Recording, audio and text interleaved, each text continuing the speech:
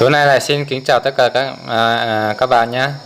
Hôm nay mình sẽ quay một cái đoạn video về cái nỗi khổ của mỗi người làm video mà làm YouTube ở cái vùng nông thôn, vùng quê, vùng hiểu lánh, vùng xa xôi như mình này. Mình làm video thì chủ yếu mình tải video lên trên YouTube ấy, chỉ tải bằng dữ liệu di động, nên là một số cũng gặp rất là nhiều khó khăn. Thì mình cũng chưa có điều kiện để mà kéo được cái mạng wifi, tại vì kênh YouTube của mình cũng làm khá lâu rồi nhưng mà cũng không được duyệt. Lúc được duyệt xong rồi thì lại chờ xác minh này xác minh nọ, cũng chờ được khá lâu rồi nhưng mà chẳng thấy cái xác minh danh tính với bên Google AdSense gửi thư về. Thế thì hôm nay mình cũng làm một cái video, cũng khá lâu rồi, mình cũng bận nhiều việc, mình không làm được video lên. Bây giờ mình cũng vừa quay được một cái bát cúng, thì mình định tải cái video đấy lên, nhưng mà thấy mạng dữ liệu di động của mình kém quá nên là mình cũng không biết là tải đến bao giờ mới lên được. Bây giờ mình sẽ tải lên cho các bạn xem về mức độ nhanh chậm của nó nhé. Mình biên tập được một cái video trong này.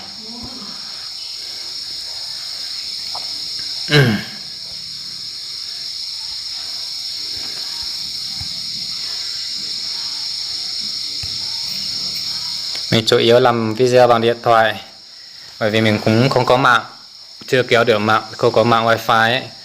Thì nếu mà có máy tính thì cũng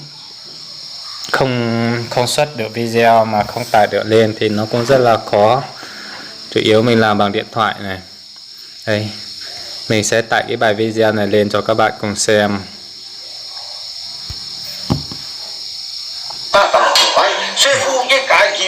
Cái đoạn này hôm vừa rồi cúng thì mình cũng quay được một đoạn, rồi mình sẽ tải nó lên nhá.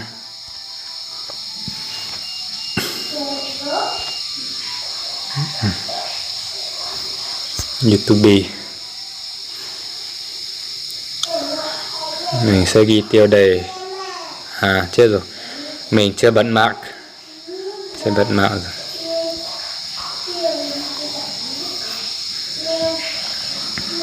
Đây, mình bảo là mình không có wifi, là mình sẽ bật wifi cho các bạn xem, nếu không bật các bạn sẽ không tin. Nhà mình có wifi nên này thế nọ, mình làm video này không đúng sự thật. Hiện tại mạng đã tìm wifi, không có wifi đúng không? Nhưng mà có wifi thì bây giờ sẽ hiện ngay, chứ không phải chờ lâu.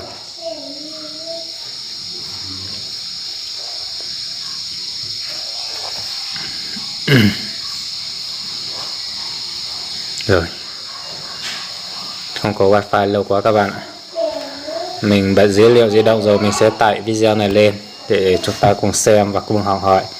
Mình sẽ ghi tiêu đề là Yêu Miền. Yêu miền, đây là dân tộc mình nhá.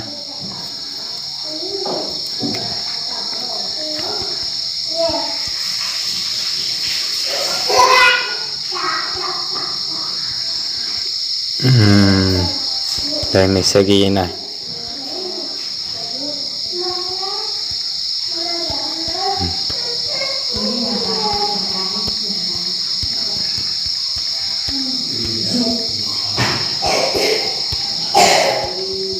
Yêu miền nhằm phải phố công trồ. Rồi, xong. Mình sẽ mô tả video. Yêu miền Nậm Cang nhé. Đây là kênh của mình, miền Nậm Cang. Nậm Cang. Quay lại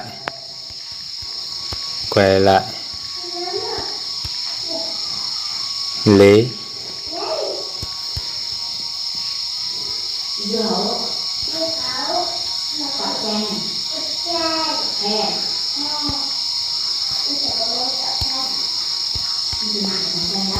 Cúng vía.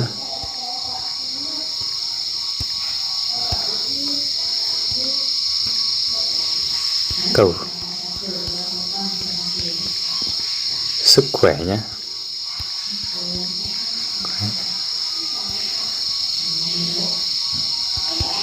của dân tộc Dao Đỏ.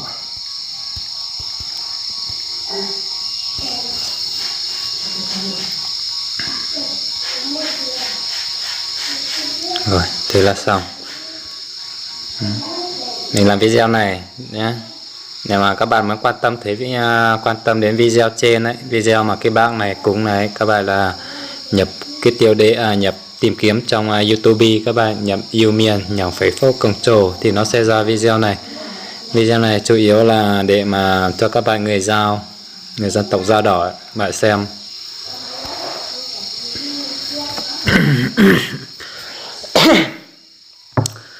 Chứ mình cũng tải một số video, đa số video của mình thì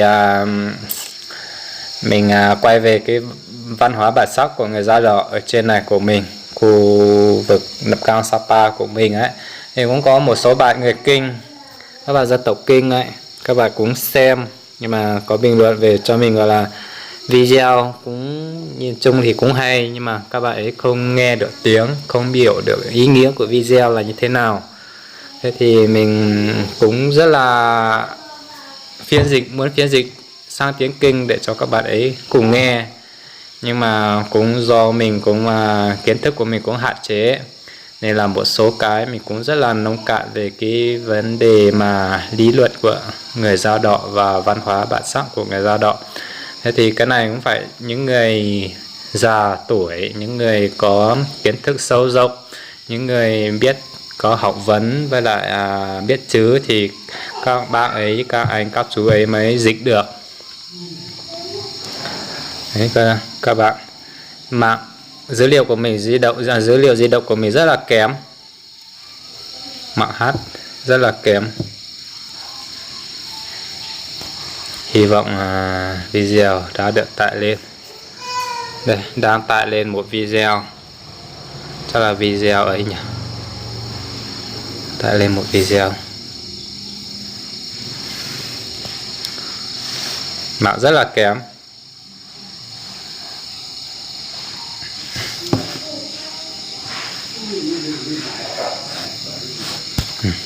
Rồi, một số cái này đi xem nó có khỏe hơn nào.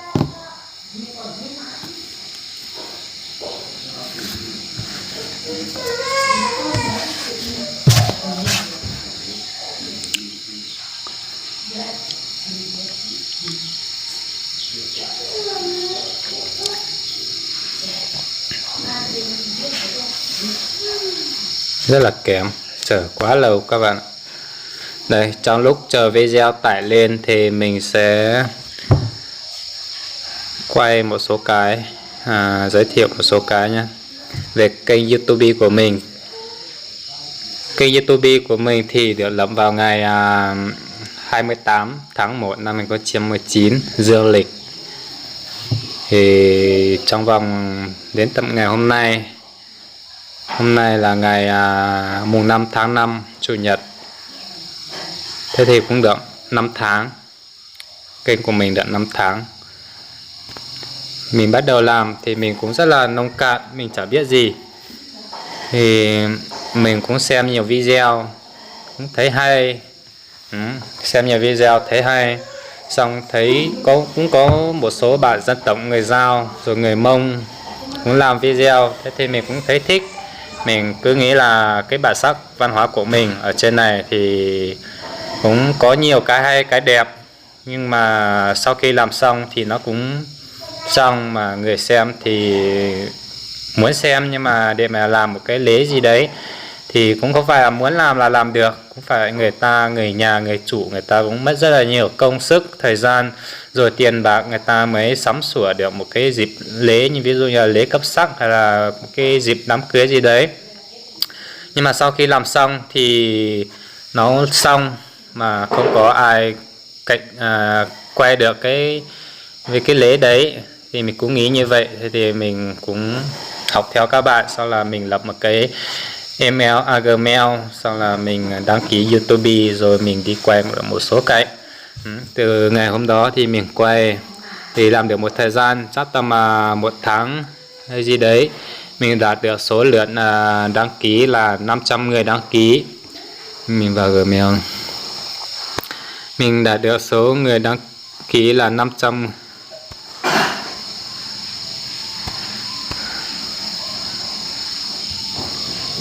Đây, cái email thông báo về này. Email thông báo về ngày 17 tháng 2 thì trong vòng 1 tháng. Thế thì có mail báo về là mình đạt số lượng là 500 người đăng ký. Kênh YouTube của bạn đã cán mốc 500 người đăng ký. Thế thì mình cũng rất là vui và cảm ơn các bạn đã ủng hộ mình rất là nhiều trong 1 tháng qua. Rồi mình tiếp tục làm video. Mình cũng chẳng quay được nhiều cảnh hay cảnh đẹp. Và kiến thức của mình về các lĩnh vực thông tin, rồi máy móc, máy tính, công nghệ thông tin mình rất là kém. Vì ngày xưa mình cũng không được đi học nhiều ấy. Mình chủ yếu là dùng điện thoại là nhiều. Mình điện thoại rồi mày mò rồi học theo một số bạn. Thì mình tiếp tục làm video. Mình làm video xong là không biết đến ngày bao nhiêu thì mình đạt cán mốc là đây, cái gì? Đây. Đến ngày mùng 9 tháng 3 thì mình đạt mốc là 1.000 người đăng ký. Rồi lúc đấy mình vui lắm. Mình đạt cán mốc 1.000 người đăng ký. Và trong vòng sau khi đạt mốc 1.000 người đăng ký thì tầm khoảng 2 ngày hay gì đấy thì mình bật lên thì có thể hiện quảng cáo. Và có hiện về quảng cáo thì mình chắc là bên YouTube đã duyệt cho mình. Đây. Vào ngày 14 tháng 3, hôm mùng 9 tháng 3 thì mình đạt cán mốc là 1.000 người đăng ký đâu nhỉ. Rồi đến ngày 14 tháng 3 thì kênh mình được phê duyệt. Rồi mình tiếp tục làm video. Thì đến ngày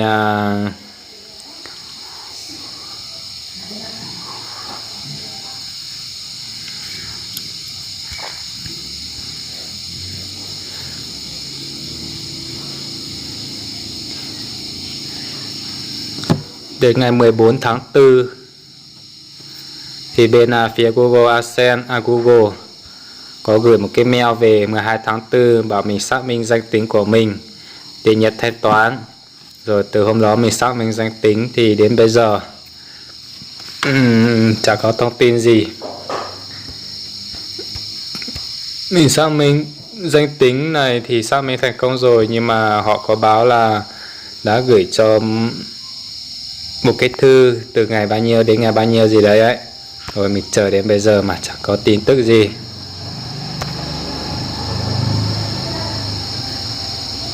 Rồi đấy là quá trình mà mình làm YouTube. Nó bởi vì mình ở trên này thì người làm nó ít để mà học hỏi hay hỏi một ai đó bên cạnh, bên cùng xã, cùng làng, rồi cùng một cái chỗ gần thì nó rất là khó vì không có người. Nên là mọi kiến thức mình phải tìm tòi trên mạng, rồi hỏi một số anh chị. Ví dụ như là kênh CD hay Studio nhỉ, đúng rồi. Rồi một kênh của chú Hiếu hay gì ấy. Rồi có một kênh của người Dao là Triệu Văn Nhàn. Mình có hỏi bạn ấy rất là nhiều. Rồi bây giờ chúng ta cùng xem. Thấy chưa? Từ lúc vừa rồi mà mình tải cái video vừa đấy lên mà bây giờ mới được 4 MB trên 2GB. Thế này thì đến bao giờ mới tải video lên được. Mà làm như này thì tiền chẳng có mà rất là hại điện thoại. Điện thoại nóng cứng luôn các bạn.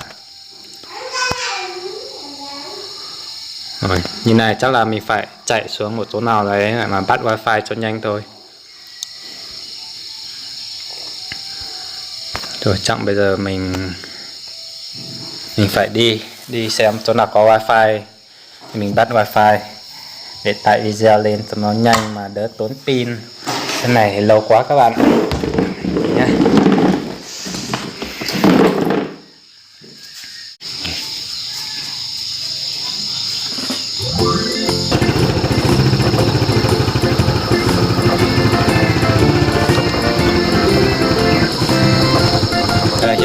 đang đi đây. Sẽ bật camera lên cho các bạn xem.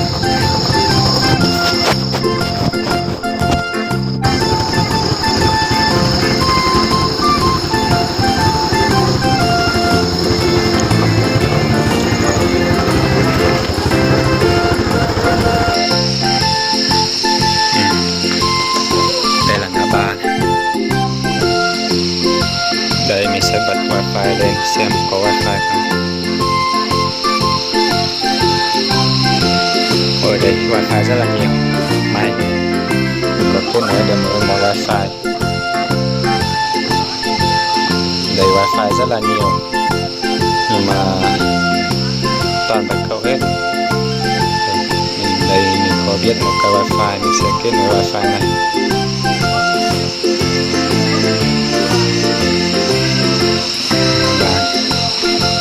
Rồi bây giờ mình có wifi rồi, chắc là tiến độ sẽ nhanh đâu. 28, 29 để cho các bạn nhé. Thì cứ thỉnh thoảng mình bắt ở nhà dữ liệu di động kém mình lại đi tìm wifi bắt thôi.